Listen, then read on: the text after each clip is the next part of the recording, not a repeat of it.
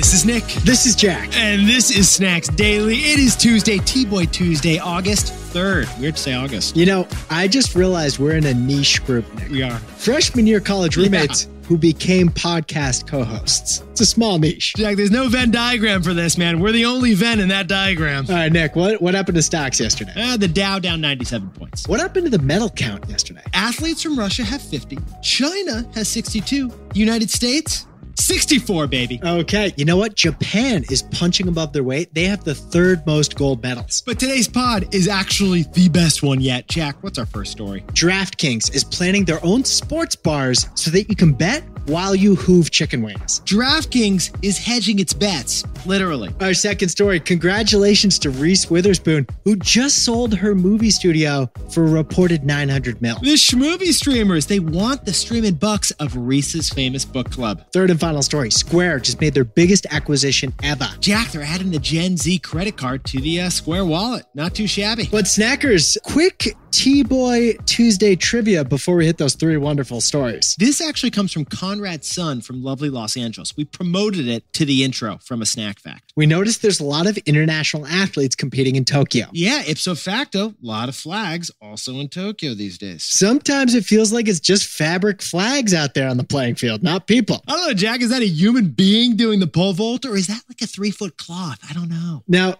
Team USA fans, of which I am one, are rooting for whoever is wearing red, white, and blue out there. But one problem, snackers. Red, white, and blue is actually the most popular flag combination of colors on planet Earth. By far. You probably know, snackers, that the United Kingdom, Australia, Russia, and France all have red, white, and blue flags. Yeah, the bleu, blanc, et rouge. Also, Slovenia, Samoa, Cambodia, red, white, blue. Jack, how about Panama, Luxembourg, Laos, all red, white, and blue? This is crazy. Even Cuba and North Korea have red, white, and blue flags. I mean, no to democracy, but yes to red, white, and blue flags. We didn't even mention the Dutch. The Netherlands is red, white, and blue. It's France, but turned 90 degrees. They say orange sometimes. You round up to red. But snackers, every single country in the world has either red or white or blue in their flag. Except one country. What is the one country on Earth whose flag does not have red or white or blue in it? The answer is at the end of this podcast. Or as we like to call it, the closing ceremony. That's in our three stories. You're tuned in to Snacks Daily. We spoke to the lawyers and we got to get something legal out the way.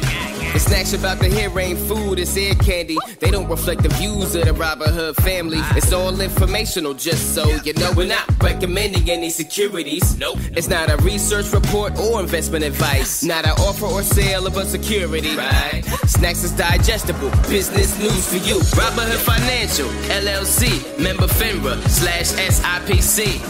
For our first story, DraftKings is planning its first ever sports bar for sports betting. DraftKings is making a bet that Netflix, Zoom, and Peloton haven't. More on that in the takeaway. In the meantime, Jack, pull that wad of cash out of your fanny pack. It's a big week for casino stocks. That's what we're trying to say. All right, you got MGM, Caesars Palace, Penn National Gaming, and DraftKings all reporting earnings this week. Big week for the casino stocks. DraftKings, founded 2012 in Boston, and now it's legal in 14 states. This morphed from a daily fantasy sports app into a $20 billion pan-betting everything app. It's basically worth one lift, so it's gone some places. The stock quadrupled last year, but it's down so far this year. Until yesterday, when we noticed it jumped 3% on this fascinating news. DraftKings announced a sports betting sports bar in both Nashville, Tennessee, and Detroit, Michigan. Yeah, I guess Nashville was really desperate to get that bachelorette party crowd, Jack. You got to pull out all the stops, right? Well, DraftKings partnered with what we're calling an architect/lounge designer to create what they're calling a strategic upscale entertainment destination. The kind of place with a lot of couches you're going to sink into. Hey, remember when someone stole the couch from our apartment? The sofa? Yeah. We never found out what happened. We should use this pod platform to track down the perpetrator at some point. Well, they only took one section of the sectional sofa. That was strange. You can't round up on that, Jack. That's why it's so vexing.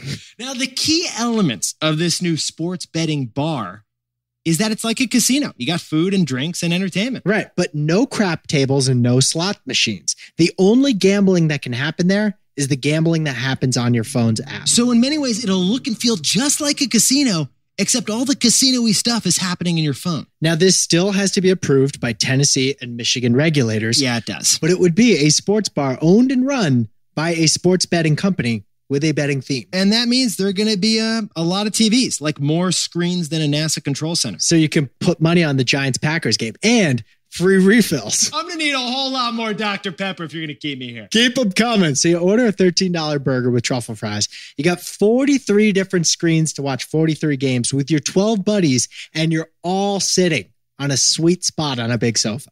All right, gambling. Yes. Decadent food. Okay. Fancy sofas. I'm following you. Lots of people. It's a virtual Vegas. So what's the takeaway for our buddies over at DraftKings? DraftKings is literally hedging its bets. Literally. This is like a literal situation. Snackers, remember the 2020 stay-at-home stocks? They were setting records last year, just like DraftKings. It was one of them. We call them the sultans of stay-at-home. Peloton, Netflix, Zoom, DraftKings, among others. But out of all those companies, DraftKings app knows the world is reopening, so it just bet on the oldest in-person concept like in the world, bars. This would be like Peloton planning to build out a chain of physical spin studios. Or Jack, this would be like Netflix buying AMC so it could finally own some physical movie theaters. DraftKings thinks it must appeal physically to customers to stay competitive once people are fully out and social again. So the sports betting app DraftKings is literally hedging its bets. For our second story. Oh, wait, do you know the answer to that trivia question about the flags? Do you want to guess? I think it might be Brazil. It's not Brazil. They got that little blue globe. The soccer players just wear green and yellow. That's a great point. Second story, snackers. Reese Witherspoon's female-focused schmovie studio just got bought for $900 million. Huge media deal that comes with the 3 C's. The 3 C's. But before we jump into them, Big Little Lies. You thought it was a hugely successful HBO TV series. Great show, greater soundtrack. It's actually, though, the brainchild of Hello Sunshine, Reese Witherspoon's movie and TV show production company. Meryl Streep, season 2, Jack. I still get chills. It's a very different show in season 2. Yeah, it's darker. It's still really good. Well, the reason Reese started this studio, Hello Sunshine, is kind of like the plot of Legally Blonde, ironically. Yes. Women weren't getting enough respect in the scripts that Hollywood was producing, particularly the dramas. Yeah, the female characters in these movies were like one-dimensional compared to the male characters, so it had to change. So in 2016, Reese had enough success to stop reading scripts and start making her own. Boom, she whipped up the morning show. Apple TV Plus, their first hit. Then you got Little Fires Everywhere. She did that. Great novel, greater TV show on Hulu. So snackers, here's the news. She just sold her studio, Hello Sunshine, to a new media venture for an undisclosed but probably really big sum of money. Well, BFWTM's told the Wall Street Journal that huge amount is $900 million. Ooh, close to a unicorn, like a big little unicorn. Now, surprisingly, Reese's company did not get snatched up by Hollywood or one of the combatants in the streaming wars. Yeah, snackers, this is what Jack and I find fascinating about the story, because there were rumors Apple would buy Reese's company for Apple TV Plus for a bunch of new content. Instead, it was sold basically to an arms dealer. Yeah, it was sold for $900 million allegedly to 2 former Disney guys and some Blackstone sharks who are buying out the production house. So with this deal, Reese Witherspoon enjoys a nice big payout, and she could finally buy that gorgeous house on the cliff from Big Little Lies. I don't blame her. That's the move. And the private equity giant Blackstone can now start licensing out her incredible shows to the highest bidders. Jack, are we going to see Netflix and HBO Max and Amazon Prime and Peacock like in a bidding war for Reese's next movie? Don't forget Paramount Plus and whoever else. They're all going to want Reese's shows because they bring the eyeballs. Except for Quibi. So, Jack, what's the takeaway for our buddies over at Reese Witherspoon's Hello Sunshine? Media acquisitions want the 3 C's: content, commerce, and community. Snackers, as Variety just put it, the specific content of Hello Sunshine is clear. Complex contemporary American dramas. Now, the community part of Hello Sunshine, it's a little more subtle, but it's also important. Those complex contemporary American dramas are led by memorable female leads and tell women's stories. Now, the third C here, the commerce part, that is the secret sauce that Reese Witherspoon brings. We haven't even mentioned Reese's epic book club. What are we doing? Which is a direct-to-consumer relationship with her enormous audience and it wraps together those 3 C's. Yes, it does. Content, commerce, community, the 3 C's of content. They are the same reasons why Spotify just acquired the Call Her Daddy podcast. And the 3 C's is why LeBron James's production company is rumored to be worth $750 million with a bunch of suitors. LeBron James has a media startup. The 3 C's is what Reese has, and it's why she just became nearly a unicorn. For our third and final story, do you want a hint, by the way? Should we do a hint? What, for the flag? Yeah, the answer, Jack, you ready? It's so good, honestly, actually, it could be a Disney movie. For our third story. The answer could be a Disney movie? Square just made its biggest acquisition ever. Does Beauty and the Beast have a flag? For $29 billion, Jack Dorsey of Square is getting a buy now, pay later company. Now, $29 billion is a lot of money, Nick. It's a lot. And if they had to pay now, you're good, or you could pay later. Afterpay Snackers is a buy now, pay later icon in Australia where it's publicly traded. Now, we've talked about buy now, pay later before, the phenomenon. We basically, Jack and I call it the Gen Z credit card. That's what it is. It's the Zaster card. It's the Ziza card. It's the millennial Zixpress, Jack. It well done. It's everywhere you want a Z. Buy now, pay later. You could pay $600 now for the sneakers or spread it across 4 payments. That's how it works. Yeah, it's easier, it's cheaper, it's faster than applying for a Discover card. It's a great feature. Now, the store pays buy now, pay later a transaction fee. Just like a credit card will charge. And you might pay buy now, pay later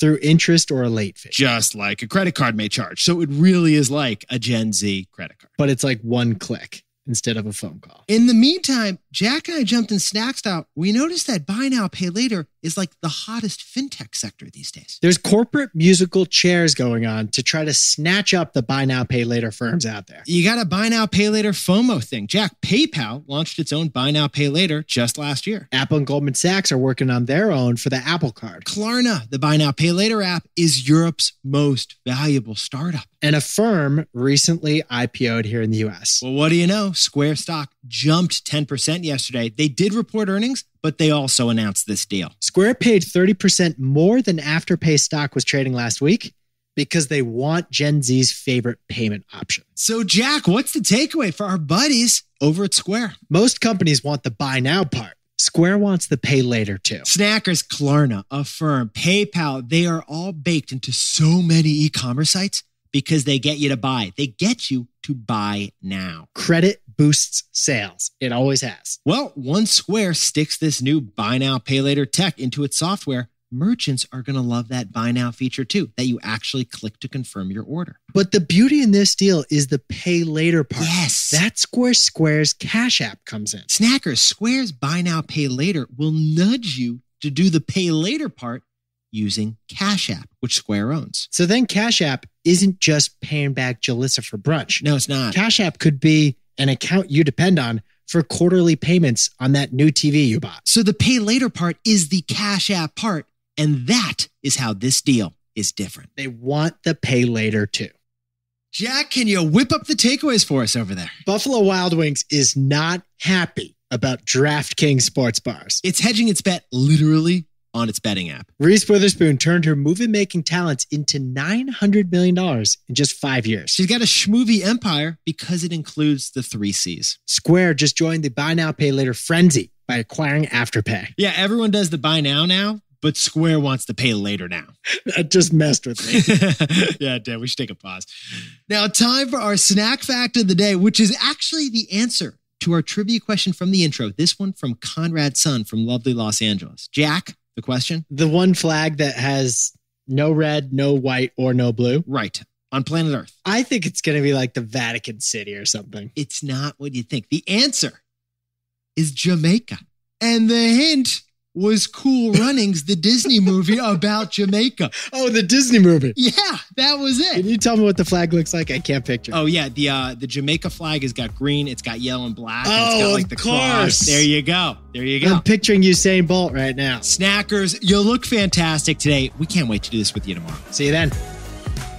And before we go, happy birthday to Snacker Anna Doherty from Cape Elizabeth, Maine. And Brian Kemp in Williamsburg, Virginia. And to Piwa over in Brooklyn. And Damian Todd in Clarksville, Tennessee. And to Funmi, just got promoted to a finance supervisor position in Illinois. Congratulations to Angelica and Paul, who just got engaged in the Big Apple. I'm going to assume it was on a bridge in Central Park. Oh, and just a quick, what's up to Carly from Hanover, New Hampshire. What's up? This is Jack. I own stock of Amazon and Netflix. Nick and I both own stock of Peloton and Spotify. And Nick owns stock of Apple and Square. The Robinhood Snacks podcast you just heard reflects the opinions of only the hosts who are associated persons of Robinhood Financial LLC and does not reflect the views of Robinhood Markets, Inc. or any of its subsidiaries or affiliates. The podcast is for informational purposes only and is not intended to serve as a recommendation to buy or sell any security and is not an offer or sale of a security. The podcast is also not a research report and is not intended to serve as the basis of any investment decision.